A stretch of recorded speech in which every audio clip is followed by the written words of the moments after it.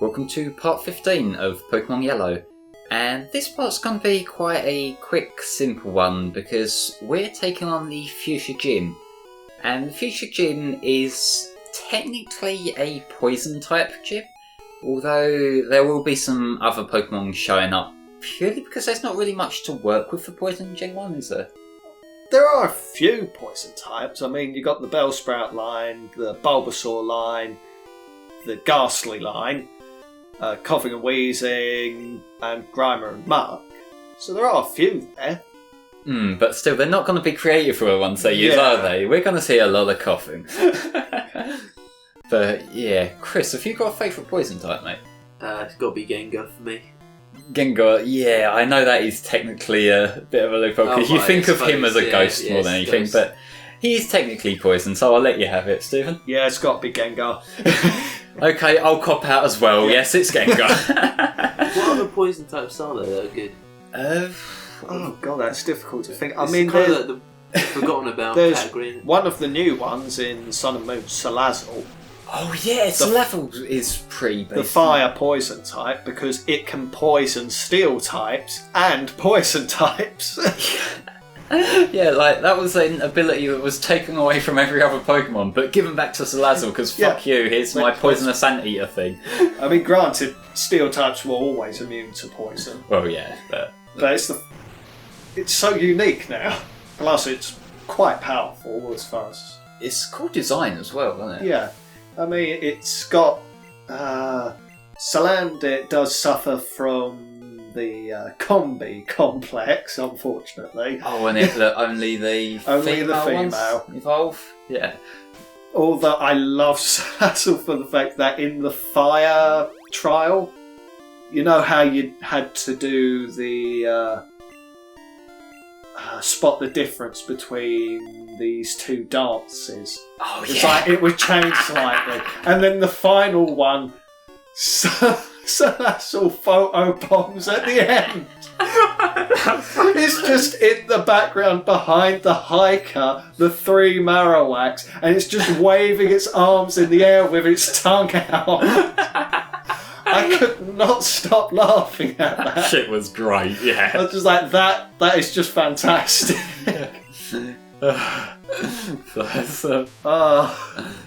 So anyway, how about that poison type Drowsy, eh? Yeah. So I'd also like to mention the fact when it asks you what's the difference between the two things, all of the options for that final one are it's Salazzle. Oh, that's the point actually. What do you think of the whole totem Pokemon concept? I actually quite enjoyed it. I know you weren't very fond of it, but I like the idea of having the sort of boss Pokemon at the end. It's stronger than usual. I think that as an idea is okay. I just don't like that as the replacement for gyms because I just think in terms of the milestones of the game, I know the whole 8 gyms thing is very formulaic and it's been done to death, but it's an easy way to track your progress and your milestones through the game. Whereas the trials don't seem to have the same impact, from a placebo sense, as beating a gym leader. So, you do this little challenge, you beat the totem Pokemon, but it's just, it's still a wild Pokemon. It still doesn't feel the same as, knocking down this fucking expert. Yeah, you don't feel like you're being acknowledged by someone. Granted, I do like the dragon one just because of the environment you're in. You know, where you've got... I forget the name of that Pokemon, the fucking huge dragon. Yep, I will remember it. Yeah, it's the pseudo-legendary from Gen 7, I think. Yeah, dragon fighting type. Yeah, big fucker. I love his design. So much. He looks so intimidating and he's the sort of fucking dragon I want. Yeah, covered in scales and that's... Oh god, that's really bugging me how I can't remember it. I mean, there's so many Pokemon there, even I have to struggle at some point. Even Stephen fucks up sometimes. It's on the tip of my tongue. You'll just randomly shout it out mid some other random conversation later, won't you? But yeah, as to what's going on screen, Arbok. Charbocca. Like, I believe that in the different games he actually gets different patterns on his, like, fake face, doesn't he? Yes, I think the pattern has evolved over time. Because they're meant to be, like, the ones from different locations, like, in terms of the mythology, not in terms of how they program them in the game. I don't think so. It's something I would like to see them do, like, even if it just ends up being, like, an Alolan form kind of deal.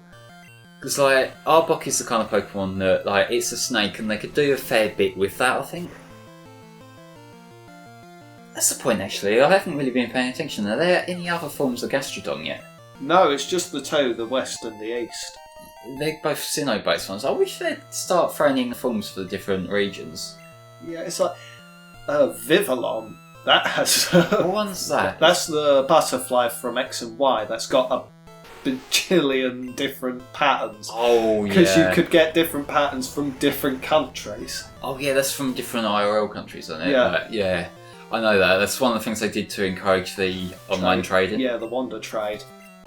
Which is pretty cool, actually. That's Pokemon 666, right? Yes, it is. It is the devil Pokemon. Such a wasted opportunity, but then again, you can see why they wouldn't.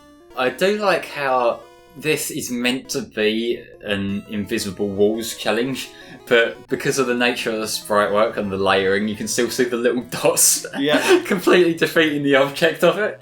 Like, I think that shows up on, like, obviously I'm emulating it here, so you see like all the different layers in like perfect detail. I don't think it shows up if you play it at the normal resolution, but because I've blown it up for the sake of video quality, it really stands out. But I think like if you're playing it on like Game Boy Player or like the Super Game Boy for the Super Nintendo and that, I think it makes them more obvious. Which is pretty funny. It's kind of like in Mega Man X in Spark Mandrill stage where the lights go out. You can still sort of, if you really squint, you can see the outlines of the platforms and that.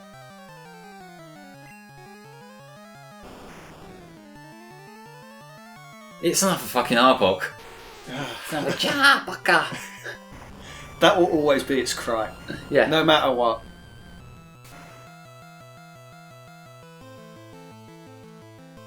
I'll say, in terms of the anime, I think Arbok is the right kind of Pokemon for Jessie to have. Because she's one of these characters who thinks she's hot shit, and Arbok is the threatening looking Pokemon, like it's a poison snake. And in a way that kind of gives me vibes of the tough guys with their staffies or their pitbulls, that kind of deal. Maybe not to the same extent, given it's a snake rather than a dog, but you know. It's like, that's really eating away at me still. I want to remember that name. It's like, I know its name is a repetition of a word. I can't remember. I don't know.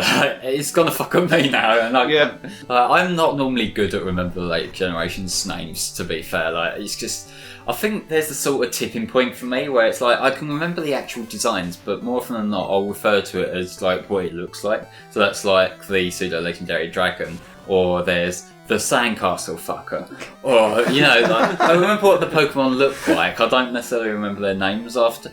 Like I think it starts tipping off about Gen 5. I can remember a lot of Gen 5 Pokemon, but there's still a few that I can't get. Gen 6 I can remember the ones I like, and Gen 7 I can remember a few.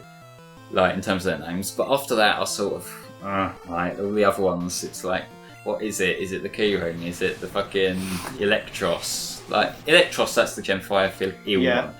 I kind of like that Pokemon. Yeah, that's a cool one. It's got Levitate, so it loses its weakness to ground moves. So what typing is it? Is it just? It's just electric. So what is it weak to? Nothing, because it's levitating. Fucking hell! Like that's the new Sableye. But no, it's not the new Sableye, because even if you gave it Wonder Guard, it would end up being weak to ground. So, what's that do? That's a move that the Pokemon will only be hurt by the move that's weak to. Oh right, so it sort of counters out. Plus, its defences aren't that brilliant, so it can be taken down rather easily. Ah, fair one. It's not a super strong Pokemon. I mean, it's got good attack and special attack. It just doesn't have the best defences. And I don't recall its speed being that great either. its main advantage is just having levitate.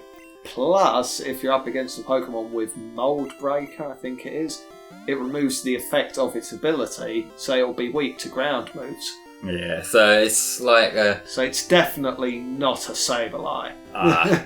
So back then there was Sableye and Spiritomb that had no weaknesses until Fairy came about, wasn't it? Like, I don't think there was anything else, was there? Nope, just them two. Yeah, because it was that one very specific type combo. It was Ghost Dark. Yeah, that is kind of a beast type. Is that like super weak to Fairy, or...? Yeah, Fairy is super effective against it because Ghost isn't resistant to Fairy. So yeah, it sort of wears it down, it nerfs them a little bit, which I suppose after its day in the sun for so long it kind of needed. Yeah. Was it Sableye, the one with gems in its face? Yes. I'm still not sure what I think of Sableye's design. Do you like it? It's alright. I like it.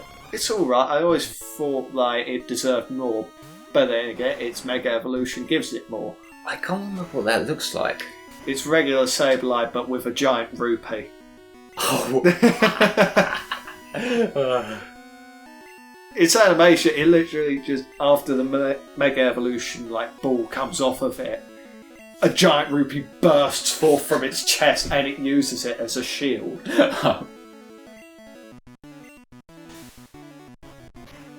Bless. I wonder if it likes Zelda or... It's like its abilities, not Wonder Guard, it's...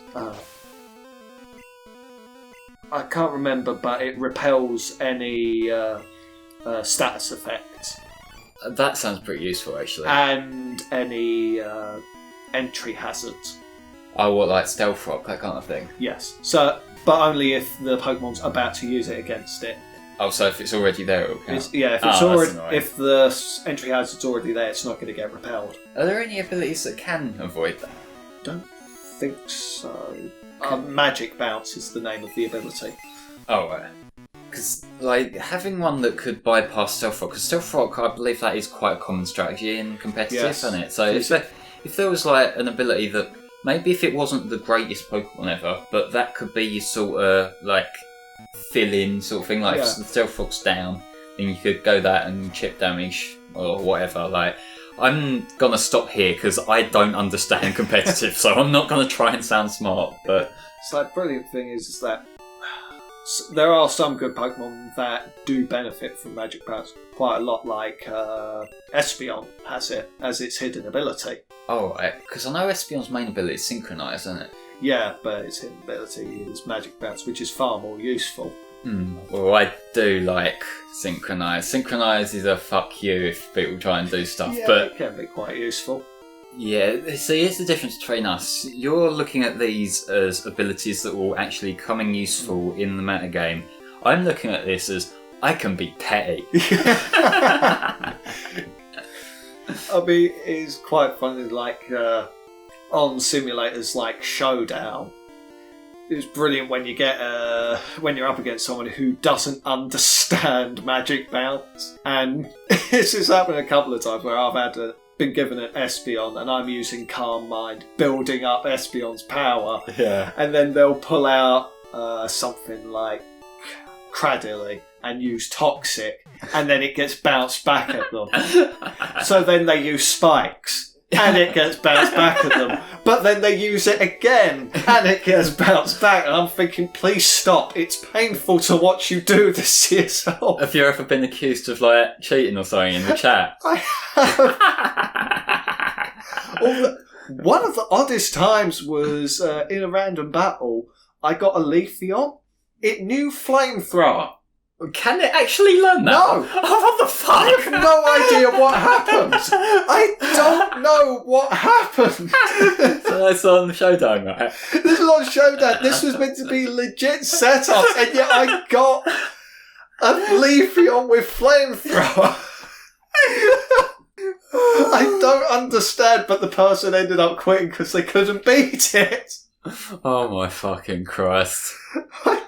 I just don't know why I got it. I looked it up afterwards and I was thinking, what, is this some sort of like event Leafeon that was released in Japan that we never... Nope. Oh.